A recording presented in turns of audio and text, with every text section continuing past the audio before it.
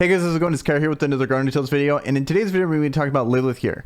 Gonna test her here in raiding, and then also take her to Coliseum. It's not the right hour to be doing arena. Let's read her kit here. So she has two moves. She has Darkness Claw, uses dark powers to inflict damage to enemies. So then that's just her normal auto attack, and then Darkness Spike is drops dark matter on enemies to inflict damage. This is kind of like a taunt on tanks, but it actually does damage for her. And then on a hit, marks enemies with the Demon Queen's emblem, reducing their defense for 6 seconds. Awesome.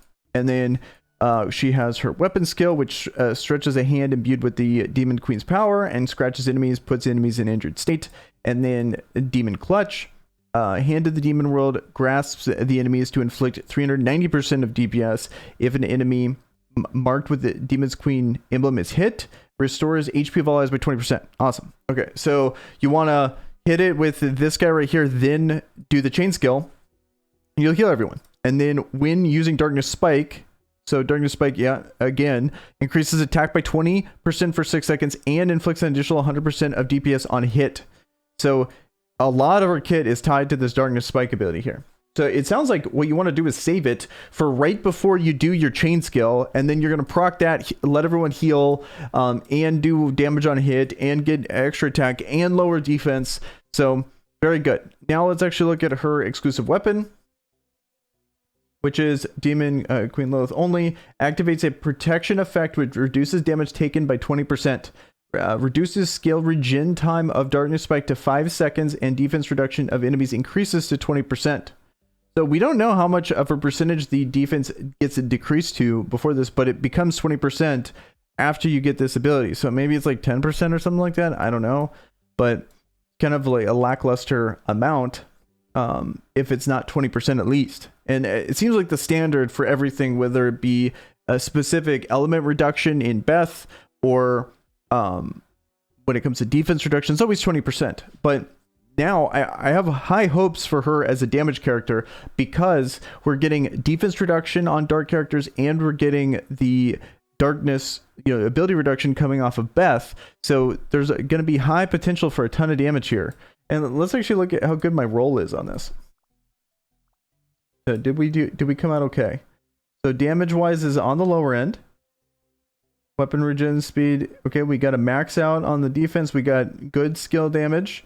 You know what? Let's YOLO. Let's see if we can lock this defense. No, it's so expensive to lock weapons. So here, let's since we got one, let's try it. Let's see if we can get something better. Ooh, we hit pretty high on that. We got max roll on defense. Weapon regen speed is down. No skill damage. No defense. Yeah, let's revert that. You know what? Let's hit it one more time. Don't do this at home. Weapon regen speed higher, but no skill damage. Bummer. The HP, I don't really care about the HP too much, but this damage is higher, and the weapon skill regen speed, but the skill damage. If I actually had lockstones, do I keep this? I think I keep this. Not knowing how much of a, how much this, I don't know how to evaluate this extra attack I'm getting here. I don't know how to evaluate that. So it's like, I'm looking at this. I obviously the weapon regen speed is higher. Don't care too much about 2% HP, but I don't know how to evaluate how much better this is. Like, would I want 13% skill damage? I think the 13% skill damage is better, but there's no numbers that really show this. So I have no idea. I'm just gonna go with this. Tell me in the comments below if you think this is wrong.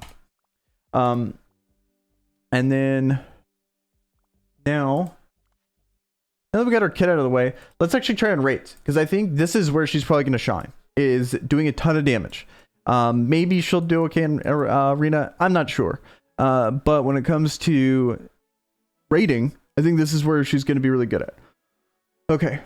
And when it comes to the team here, I didn't have enough experience to level up. I already leveled up 1, 2, 3 characters to 80. 4 characters to 80. Yeah, 4 characters to 80. So I'm out of XP. And then I got her to max 75, but I unfortunately didn't get her to 75. But how I'm doing the merch is I'm using the Mayreal cushions on as many people as I possibly can, because from what I hear, you want to have skill damage increase on characters that are on teams that don't have the skill damage bonus. So like, see how Maya gives 80% skill attack. So you would get an additive bonus of the 35% on something like this. Whereas since I'm only getting the dark attack here, I'm getting melee attack here, getting the skill attack bonus is actually pretty sweet because it's multiplicative. At least that's how I understand it. And that's why in teams like this, you want to have the Miro cushion. Whereas on teams like, for example, teams with Veronica, you're going to want to have the elemental bonus. Because the elemental bonus potentially could be multiplicative over there versus just an additive 35%. And also I like these because when you level it, you're actually getting attack up as well. So kind of nice there. So that's what I'm going with when it comes to merch. And then the staple sharpshooter for most everyone, hers, I don't have 4 Mayrail cushions, so that's why I'm going with this. And plus, I really think it's marginal, the difference in DPS. Correct me if I'm wrong, if you guys know. Probably one of my biggest pet peeves of this game is that there's no way to really truly know the math on what the best DPS is without like data mining the game or something like that. So kind of a bummer. So let's actually get to the testing. And we got to remember to use her taunt-like ability right before her skill attack and to heal. So what I'm going to try to do is I'm going to test just how much healing this is. So let's get one out. We can just spam it for now. You can see her marked. That's kind of cool. I'm going to save it. I'm going to say, I don't know how long you get marked for. And boom, get a little healing. And I don't believe you can actually get your full combo off. Or like a full chain in this team.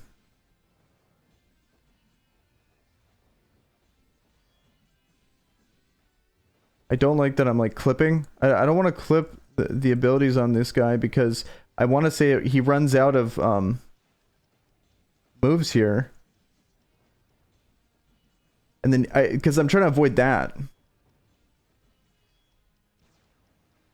Okay, I think that's about as good as I could probably do on this. You know, maybe I can do a little better, but maybe I could get 7 million. I'm not sure. But when it comes to this guy, the raining down of the ability, I don't want him to do that.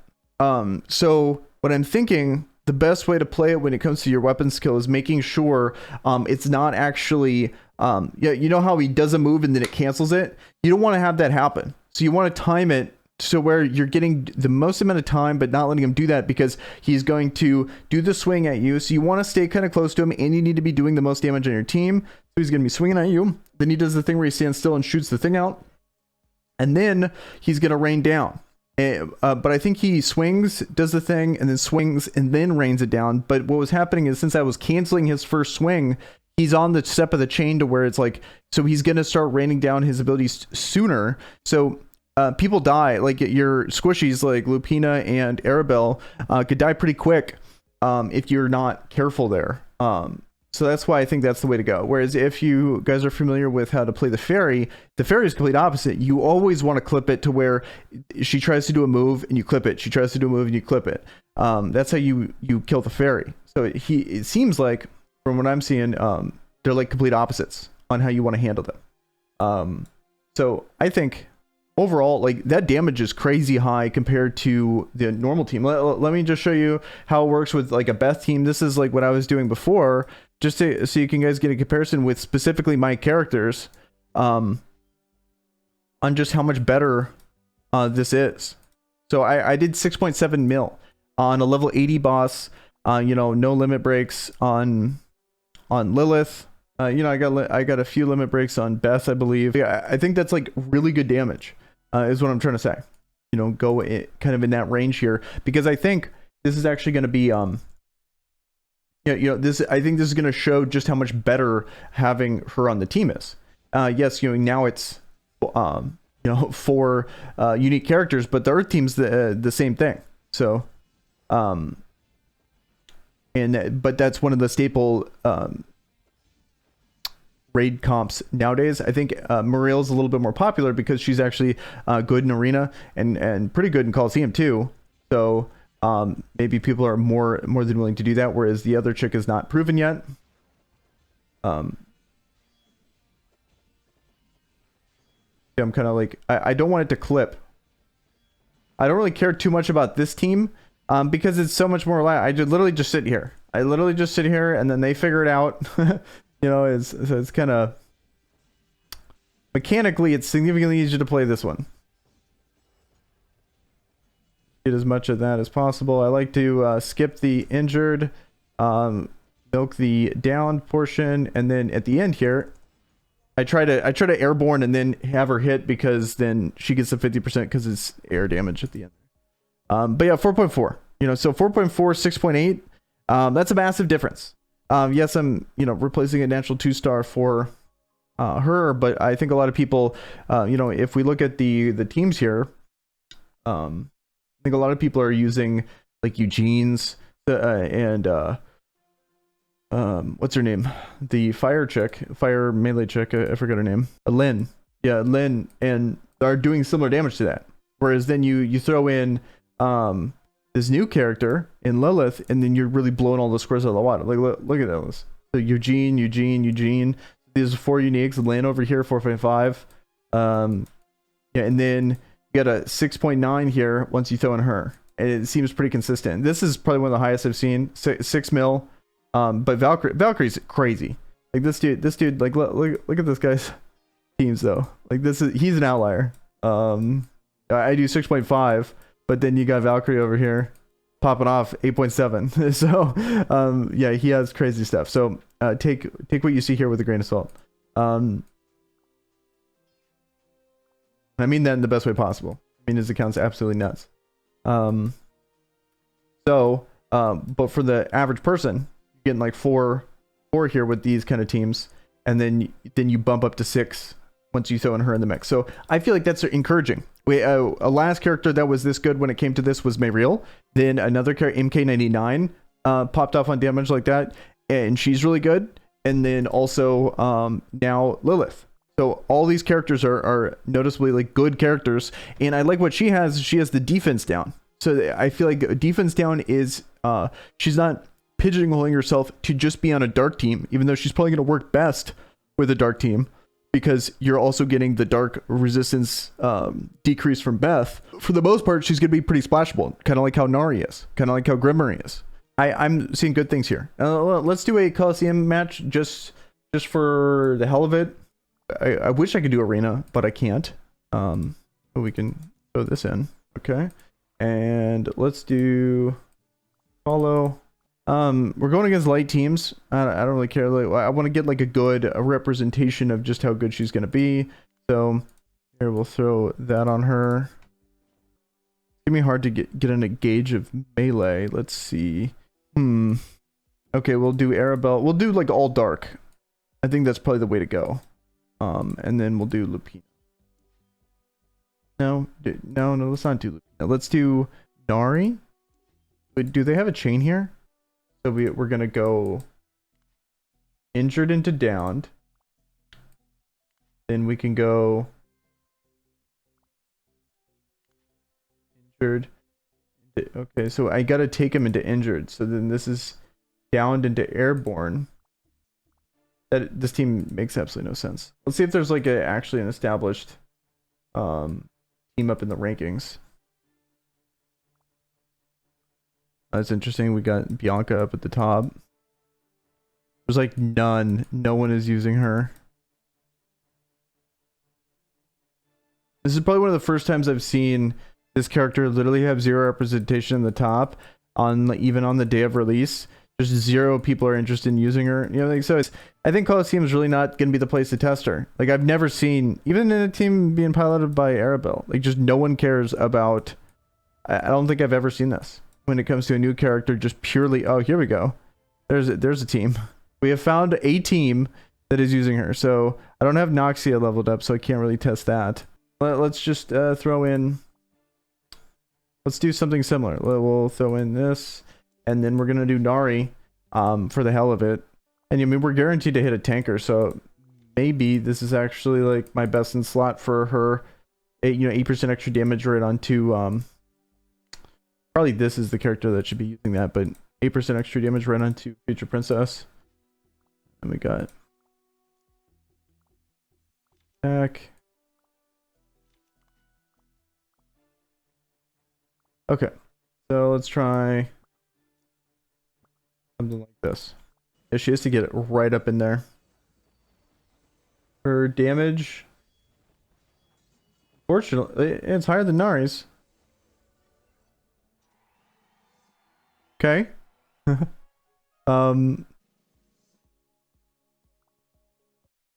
was a win, surprisingly. I don't like how close she gets to get. Whereas when I was in, you know, I was pretty far away when we were doing the other matches. Yeah, like when we were doing the rating, like I felt like I was actually like at a pretty good distance there. Whereas her, like the AI literally just walks right up into range. Look at this. Right up into range. RIP Nari.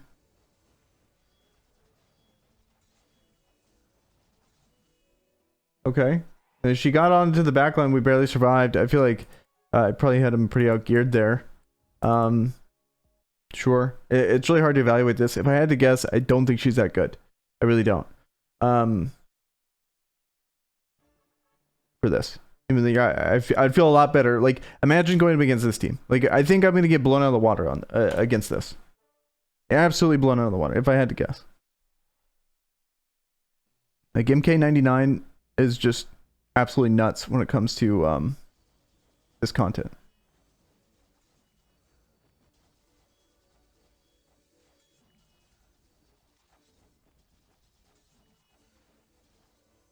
So yeah, I mean, she got melted, but you know, like that's to be expected. Like I don't think that's. I think overall, if I had to do a take on Lilith right now, I think so. She's not good in Coliseum. She's probably okay at PvP. At arena, I should say. So she's a niche, like going to boost your rating, and that's too niche for me to ever recommend pulling for her, in my opinion. Like that's a lot of resources for a character that so far, even though she's really good at rating, I mean like Veronica's kind of in the same boat where she's really good at rating and she had that kind of niche usage in Camazon Zone, but even that's more useful than what we got for Lilith so far. But this is so far. This is like first testing. Literally, you're watching me do this for the first time. So let me know in the comments below what you guys think of Lilith so far. I'm thinking she's like, me personally, I like her a lot as a character because I care about rating and stuff like that, but that's like selfish to me. As a person trying to recommend characters, I would say pass on Lilith. I'd say pass because, and then if we look here at the summoning, we have Beth, amazing. We have Arabelle who got buffed. We have Ogma. All those characters. Ideally, there'd be a Noxia banner. Like Noxia is like way worth, but like Ogma, you can't go wrong. Can't go wrong on Beth. Beth has been by far one of the best investments on my account. So there's a lot of good characters, and I don't think she's on that level. So if you don't have those characters, those are the characters I'd be pulling for.